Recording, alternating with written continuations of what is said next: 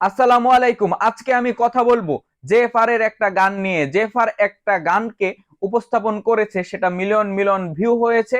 সেই গানটা আমি আপনাদের সামনে পুনরাবৃত্তি করছি।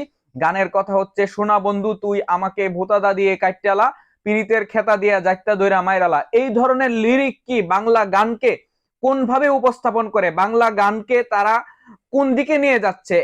জেফার এরকম একটা বিকৃত গানকে, এরকম একটা হাস্যকর গানকে, এরকম একটা দুষ্ট আচরণ বা কথা উপস্থাপিত হয় এরকম একটা গানকে সে কিভাবে সামনে নিয়ে আসে? আমরা তাকে, সাধারণ মানুষজন যারা আছি, আমরা একজন গায়িকাকে, একজন গায়ককে, একজন শিল্পীকে আমরা কি মনে করি? আমরা আমাদের আইকন মনে করি। তারা যদি তাদের জায়গায়, তারা তাদের কমন সেন্সটা ঠিক রাখতে না পারে, তারা যদি না বুঝে কোনটা করা উচিত কোনটা করা উচিত না, তাহলে সাধারণ মানুষ আসলে শিখবে কার থেকে?